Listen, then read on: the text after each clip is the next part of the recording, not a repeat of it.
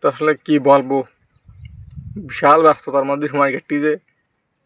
দোকান পরিবর্তন করতেই যে 2-3 জায়গায়, প্রথম এক জায়গায় গেলাম, সেখানে পছন্দ হইলো না, ঘর অন্ধকার, পরিবেশ ভালো না। আবার আর এক জায়গায়, মানে বেশ ব্যস্ততার ফলে, বুঝলে। তো ভিডিও বানাবো, সময় পাচ্ছি না।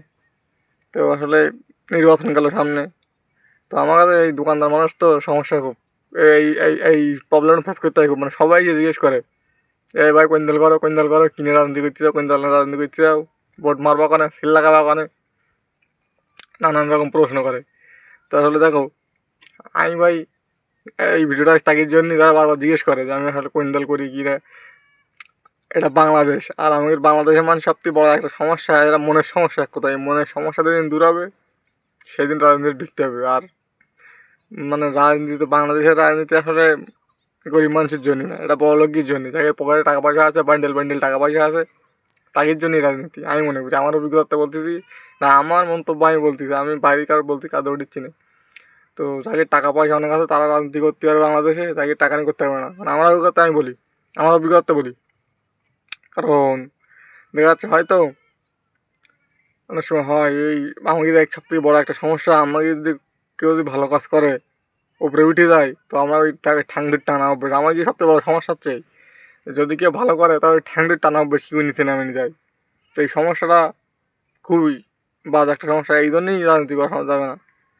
কারণ ভাই এখানে খুব সমস্যা, ক্ষমতা আজকে কেউ থাকবে কাল থাকবে না, অতিরিক্ত প্রতিহিংসার শিকার হয়ে যায়। দেখা যাচ্ছে দোকানদার মানুষ তো, আমার ভাই অত টাকা পয়সা নেই, গরিব মানুষ, খুবই গরিব, টাকা পয়সা নেই, গরিব মানুষ এক কথায়, খুবই গরিব এক কথায়, গরিব মানুষ তো এই জন্যই এই যে গরিব বারবার বেরিয়ে এসছে মুখ দিয়ে, আসলে বুঝাও। আসলে যেটা আমি সেটাই তো মুখ দিয়ে আসতে হয় না। তো এখন এই দোকানদারি করে খেতে হয়, ওইখানে আমার রিজিক। এখন দেখা যাচ্ছে কোন দল দেখা করি বসলাম, কান্নে বয়সী কথা বললাম, বললি পর দেখা যাচ্ছে সে দল উঠলো না, আর এক দল এসে উঠলো, আমার দোকানটা তাহলে বন্ধ করি হয়, এরকম পরিবেশ ঘটে। এই জন্যই আর বললাম না, প্রথমত সমস্যা ওই যে যদি কেউ ভালো করে তাদের ঠান্ডা টিনা অভ্যেস, আমাদের অভ্যেস, বাংলাদেশের মানুষের অভ্যেস এটা, এই অভ্যেস, এই জিনিসটা মনে দিন উঠে যাবে বাংলাদেশের মানুষের, যে কেউ উপরে উঠলেই তারটা নিচে নামানো যাবে না, এরকম চিন্তা ভাবনা দিন থাকবে না, সেই দিনই সব ঠিক আছে। এই জন্য এইসব রাজনীতি আসছে, আমি ওর মধ্যে নেই বাবা, খেটি খাওয়া মানুষ, আমার আয়না করলে আমার খাওয়া হয় না, এরকম একটা অবস্থা। এক্সট্রা পয়সাও নেই যে সেটা ভাঙায় ভাঙায় ফেলতে হবে, খেতে হবে, এই আছে বিষয়, বুঝলে। তো ওইসব রাজনীতির বাইরে হলে আমি নেই ভাই, রাজনীতির ম্যাচ খুবই একটা মনে করো সমস্যা, এখন সবাই বোঝে না, এই জন্য আমি এর ভিতর নেই বাবা। দিন এনে দিন খাওয়া মানুষ, এসব গরিব মানুষের জন্য এসব রাজনীতি না। ওইসব ভাই আমাকে শুনবা না, আমি কই দল করি কী নাম করি ভাই, আমি আমার দল করি, বুঝলে। আমি অন্য কারো দল করি না, আমি নিজের দল আমি নিজে করি, নিজে দল করার দরকার। ও উৎপাত করি আমার হবে না, এই আর কি, বুঝলাম।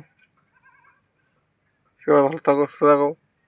তো কী বললাম বলো দিন, বারবার বললাম, আমাকে জিজ্ঞেস করলে হবে না যে আমি কোন দল করি, আমার সবই বাতাস, বুঝলে, সবই বাতাস।